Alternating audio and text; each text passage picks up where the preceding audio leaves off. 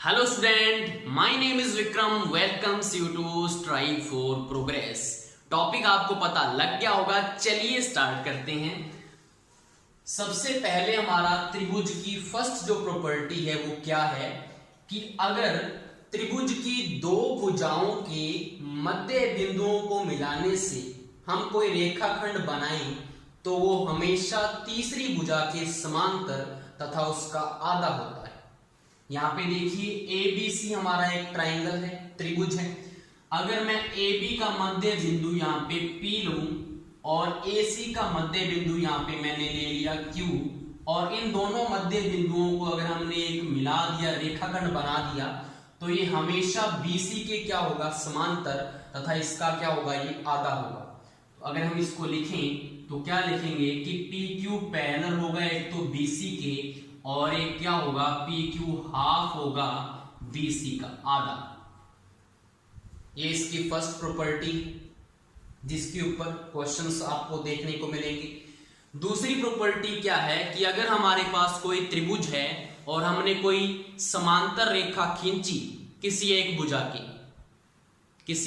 के समांतर हमने कोई रेखा खींची तो वो दूसरी दो भुजाओं को समान अनुपात में बांटती है। कैसे?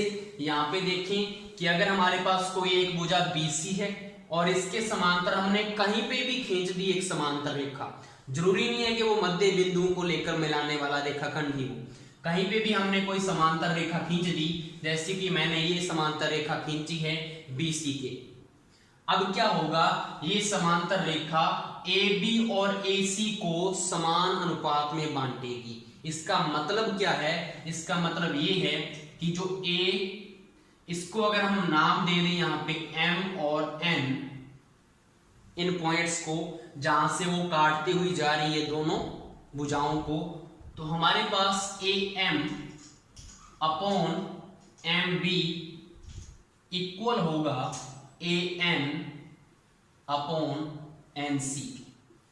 एक तो इससे ये प्रॉपर्टी निकल कर आती है, अगर कोई रेखा एक भुजा के समांतर खींची जाए तो वो दोनों भुजाओं को समान अनुपात में बांटेगी। तो जो AM होगा अपॉन MB होगा वो इक्वल होगा AN बाई NC। एक तो हम इससे ये लिख सकते हैं, दूसरा हम इससे क्या लिख सकते हैं कि AM अपॉन AB। पहले छोटा पार्ट लिया फिर उसका बड़ा पार्ट लिया अपॉन में, तो इधर भी हमने सेम लेना होता है। तो AN अपॉन किसके होगा, AC के।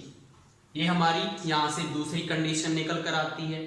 तीसरी कंडीशन इससे क्या निकल सकती है कि अगर हम क्या करें, MB को नीचे रख लें और उसकी डिवाइड में AB कर दें तो भी आ जाएगा। MB हमने ये वाला छोटा पार्ट ले लिया और डिवाइड में लिख दिया AB, वो इक्वल होगा NC अपॉन AC। ये तीन कंडीशन निकल कर आती हैं हमारी सेकंड प्रॉपर्टी से, जो क्या बोल रही है कि अगर कोई रेखा एक भुजा के समांतर खींची जाए तो वो दो अन्य भुजाओं को समान अनुपात में बांटती है। तो ये आपने देखा, सभी का रेशो इक्वल आएगा यहाँ पे। तीसरी जो प्रॉपर्टी है यहाँ पे ट्राइंगल की, वो क्या है कि अगर हमारे पास कोई त्रिभुज है ABC, अगर हम इनमें तीनों भुजाओं, जो तीन भुजाएं हैं, उनके मध्य बिंदुओं को मिला दें, अगर तीनों भुजाओं के मध्य बिंदुओं, याद रखना मध्य बिंदु होने चाहिए, तो यहाँ पे हमने तीनों के मध्य बिंदु ले लिए, तीनों मध्य बिंदुओं को मिलाने से बना त्रिभुज। तो त्रिभुज बनाओ तीनों मध्य बिंदुओं को मिलाकर। यहाँ पे हमने तीनों मध्य बिंदुओं को मिला दिया और इस ट्राइंगल का नाम दे दिया PQR। कंडीशन क्या है, प्रॉपर्टी क्या है कि अगर तीनों भुजाओं के मध्य बिंदुओं को मिलाने से जो त्रिभुज आपको मिलेगा उसका जो क्षेत्रफल होगा वो हमेशा बड़े त्रिभुज के क्षेत्रफल का 1/4 होगा, 1/4। तो इसको हम कैसे लिख सकते हैं कि अगर हमारे पास, यहाँ पे मैं इसको इरेज करके लिख देता हूं, अगर हमने इस वाले ट्राइंगल का एरिया फाइंड करना हो तो ये क्या होगा, ट्राइंगल PQR का जो क्षेत्रफल होगा, एरिया होगा वो इक्वल किसके होगा, 1/4 ऑफ ट्राइंगल ABC, ABC का क्षेत्रफल। ये फर्स्ट कंडीशन बनती है इससे। मध्य बिंदुओं को मिलाने से एक त्रिभुज बना है, उसका क्षेत्रफल कितना होगा, 1/4 होगा इसका टोटल पूरे ट्राइंगल की। और अगर हम परिमाप की बात करें तो इसका जो परिमाप होगा वो आधा होगा बड़े वाले त्रिभुज के परिमाप के। तो दूसरी कंडीशन क्या आती है कि त्रिभुज अगर PQR का अगर आपको परिमाप फाइंड करना हो,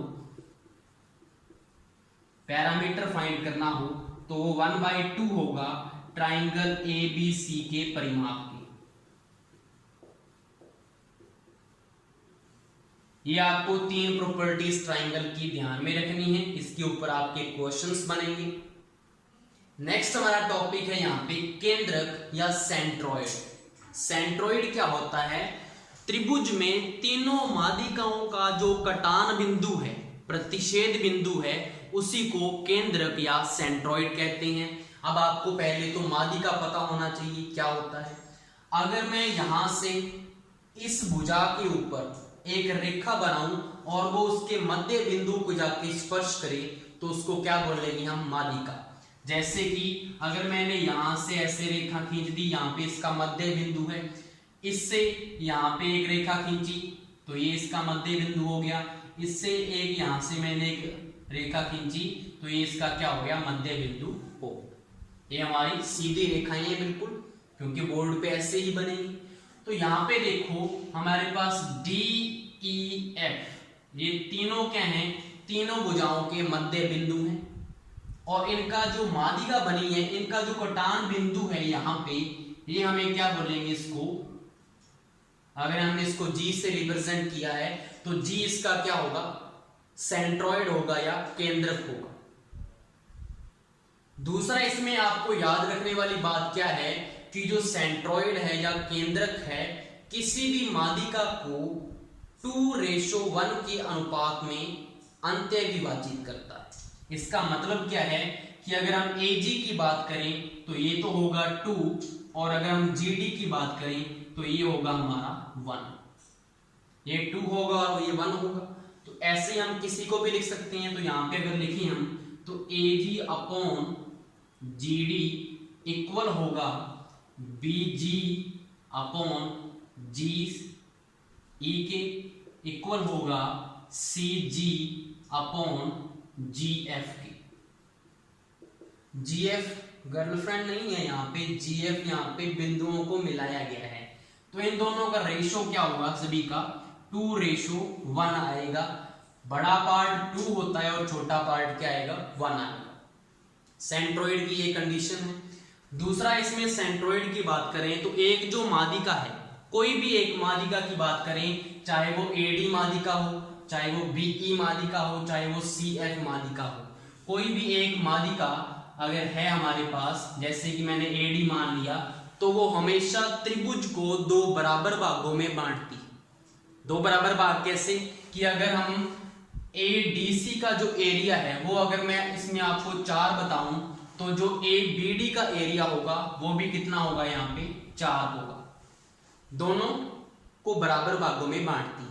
तो अगर हम इसके रेशो की बात करें तो अगर इसका रेशो क्या बनेगा कि triangle ABD ratio triangle ADC का जो क्षेत्रफल है, क्षेत्रफल का रेशो बता रहा हूं, का क्षेत्रफल का जो रेशो है वो कितना आएगा, यहाँ पे 1:1।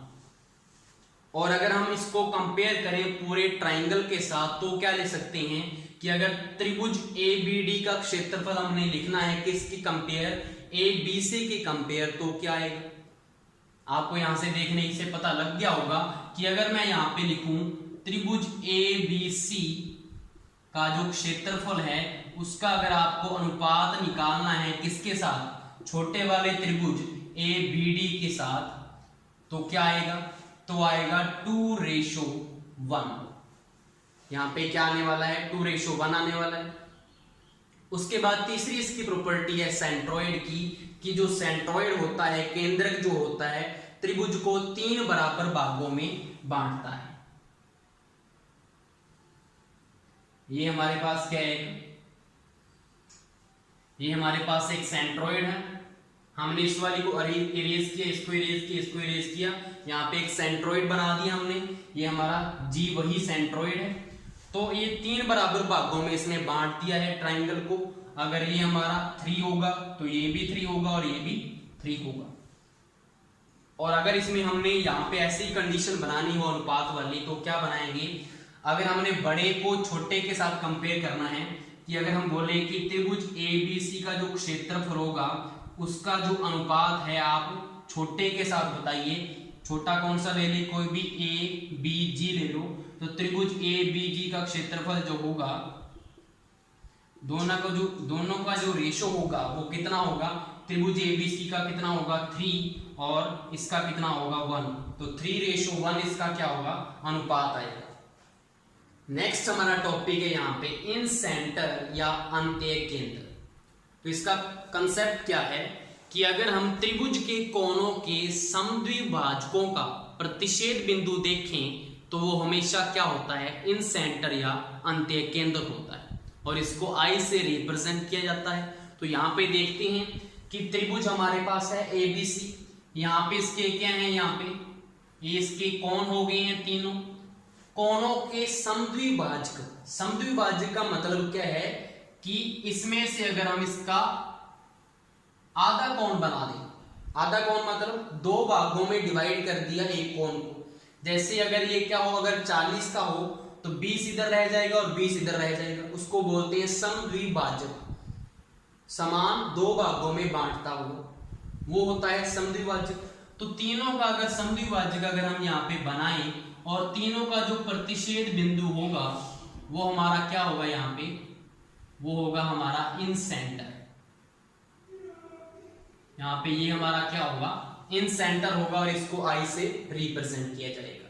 ये इसका कंसेप्ट है। दूसरा इसमें आपको ये ध्यान में रखना है, अगर हमारे पास कोई ट्राइंगल है उसमें हमने त्रिभुज की भुजाओं को स्पर्श करता हुआ एक सर्कल बनाया, एक वृत्त बनाया, तो जो अंत्य वृत्त का जो केंद्र होगा वही अंत्य केंद्र या इन सेंटर होगा। तो यहाँ पे हमारे पास ये त्रिभुज की भुजाएं हैं। त्रिभुज की भुजाओं को स्पर्श करता हुआ, त्रिभुज की भुजाओं को स्पर्श करता हुआ हमने यहाँ पे एक बना दिया सर्कल या वृत्त बना दिया। तो इसका जो केंद्र होगा वही क्या होगा, अंत्य केंद्र होगा, इन सेंटर होगा।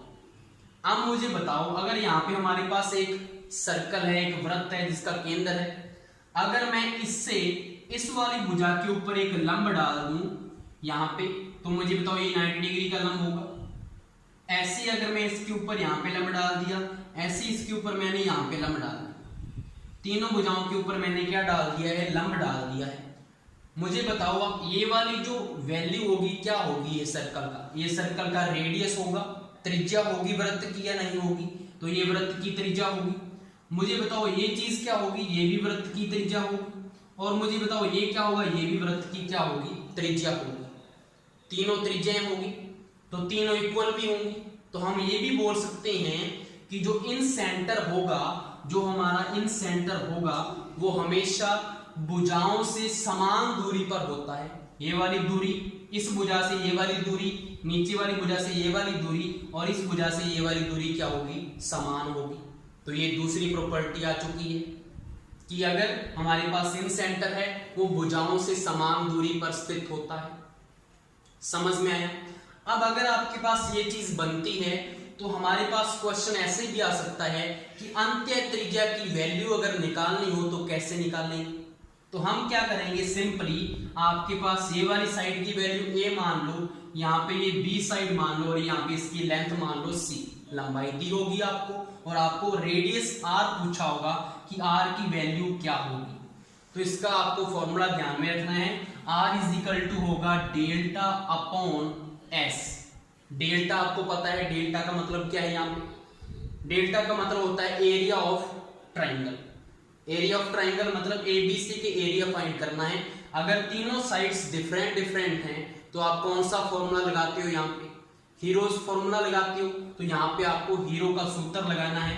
तो डेल्टा इज इक्वल टू क्या होता है, S into S minus A into S minus B into S minus C का रूट, यही डेल्टा का फॉर्मूला होता है। अब आप बोलेंगे सर एस क्या है, एस का भी आपको पता होगा, तो एस इज इक्वल टू होता है ए प्लस बी प्लस सी बाय 2। तो आपको ये डायरेक्ट फॉर्मूला लगाना है और आपके पास अंत्य त्रिज्या की वैल्यू यहाँ पे आ जाएगी। ये हमारा कंसेप्ट है यहाँ पे इन सेंटर का, आपको समझ में आ गया होगा। नेक्स्ट हमारा टॉपिक है इसमें परिकेंद्र या सर्कम सेंटर। इसका कंसेप्ट क्या है कि त्रिभुज की भुजाओं के लंब समद्विभाजकों का प्रतिच्छेद बिंदु परिकेंद्र या सर्कम सेंटर कहलाता है। अब आपको पता होना चाहिए लंब समद्विभाजक क्या है। तो लंब का मतलब होता है 90 डिग्री। जैसे हमने NO जो भुजा है इसके ऊपर लंब डाल दिया, ये लंब आपको दिख रहा है। समद्विभाजक का मतलब क्या है कि लंब डालने से ये वाला जो हिस्सा है वो इस वाले हिस्से के इक्वल होगा। हिस्सा मतलब NP की वैल्यू PO के क्या होगी, इक्वल होगी। ऐसे अगर हमने यहाँ पे लंब डाला है तो ये वाली जो साइड है वो इस वाली साइड की इक्वल होगी, MQ इक्वल QO। ऐसे जो ये वाली साइड है वो इस वाली साइड की क्या होगी, इक्वल होगी। इनको बोला जाता है लंब समद्विभाजक। अब इनका जो प्रतिच्छेद बिंदु है वो कहां पे बन रहा है आपका, यहाँ पे। तो इस पॉइंट को बोला जाता है परिकेंद्र या सर्कम सेंटर। ठीक है। उसके बाद दूसरी प्रॉपर्टी क्या है कि त्रिभुज के शीर्षों से गुजरता हुआ अगर हम एक वृत्त बनाएं तो उसका जो सेंटर होगा वही हमारा क्या होगा, सर्कम सेंटर होगा। अब अगर हम यहाँ पे बात करें कि अगर इस सेंटर से यहाँ पे मैं यहाँ पे एक ये रेखा बना दी और यहाँ पे एक ये बना दी और एक यहाँ पे ये बना दी, मुझे बताओ सेंटर से यहाँ तक जो जा रही है वो इसकी रेडियस होगी या नहीं होगी, रेडियस होगी। तो इसको मैंने कैपिटल R रेडियस बोल दिया। ये इसकी रेडियस होगी या नहीं होगी, ये भी रेडियस होगी। सेंटर से ये वाली चीज क्या होगी, ये भी इसकी रेडियस होगी। तो मुझे बताओ रेडियस तीनों क्या होंगी, इक्वल होंगी, रेडियस है अगर वो। तो यहाँ पे हमारा दूसरा कंसेप्ट क्या निकल रहा है कि जो हमारा सर्कम सेंटर होता है, जो हमारा सर्कम सेंटर होता है वो त्रिभुज के शीर्षों से समान दूरी पर क्या होता है, स्थित होता है। ये हमारी यहाँ पे दूसरी प्रॉपर्टी निकल कर आती है।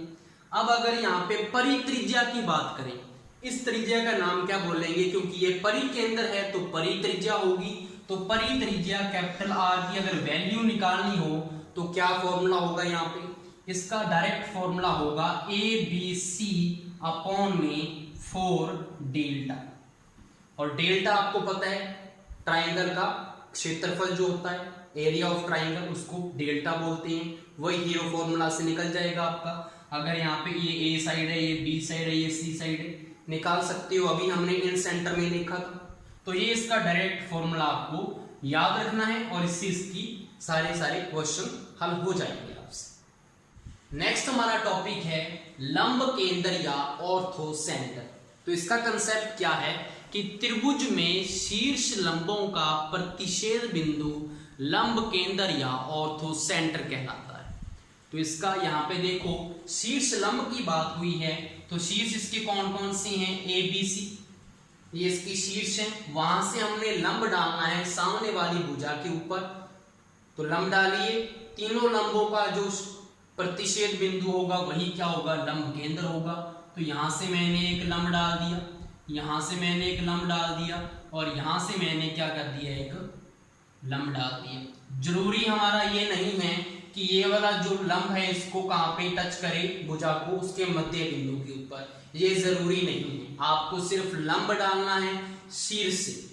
तो ये आपका हो गया, ये हमारा लंब हो चुका है, ये हमारा लंब हो चुका है। तो ये वाला जो बिंदु होगा इसको बोला जाएगा ऑर्थो सेंटर या लंब केंद्र।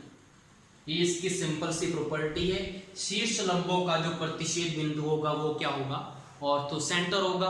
अब इसमें इसके आगे आपको कुछ चीजें आपको ध्यान में रखनी है जो कभी आई तो नहीं है क्वेश्चंस बन के, लेकिन आप उसको ध्यान में रखें कि जो केंद्रक होता है, अगर हमारे पास न्यूनकोण त्रिभुज हो तब भी वो त्रिभुज के अंदर होगा, अगर समकोण त्रिभुज हो तब भी वो त्रिभुज के अंदर होगा, और अधिक कोण त्रिभुज हो तब भी वो केंद्रक त्रिभुज के अंदर ही होगा। ऐसे ही हमारा अंत्य केंद्र है, तीनों कंडीशन में जो केंद्र होगा उसका त्रिभुज के अंदर बनेगा। लेकिन ये चीजें लंब केंद्र और परिकेंद्र पे नहीं लगती। कैसे नहीं लगती? न्यून कोण त्रिभुज में तो जो हमारा परिकेंद्र है वो त्रिभुज के अंदर होता है, समकोण त्रिभुज में जो परिकेंद्र होता है वो उसके कर्ण का जो मध्य बिंदु होता है वो होता है उसका। समकोण में जो कर्ण होगा उसका मध्य बिंदु होगा वो हमारा क्या होगा? परिकेंद्र। और अगर अधिक कोण त्रिभुज की बात करें तो परिकेंद्र त्रिभुज के बाहर होता है। ये आपको ध्यान में रखना है। और होगा भी किस तरफ? वो जहां पे अधिक कोण के सामने की जहां पे भुजा होगी उसके सामने वो बनेगा परिकेंद्र। अगर हम लंब केंद्र की बात करें तो न्यून कोण त्रिभुज में तो लंब केंद्र होगा त्रिभुज के अंदर। और अगर समकोण त्रिभुज की बात करें तो जो समकोण का जो शीर्ष होता है जहां पे 90 डिग्री एंगल बनता है वो इसका क्या होगा? समकोण त्रिभुज में लंब केंद्र होगा। और अधिक कोण त्रिभुज में क्या होगा? ये त्रिभुज के बाहर होगा। और होगा भी किस तरफ? जहां पे वो बड़ा एंगल बना है उसके पीछे वाली साइड में इसका क्या होगा? लंब केंद्र होगा। तो ये आपको ध्यान में रखना है। कल हम इसके ऊपर सारे के सारे क्वेश्चन करेंगे। आई होप सो सारा का सारा टॉपिक आपको अच्छे से समझ में आ गया होगा। मैंने धीरे धीरे सभी को समझाया है। Thank you.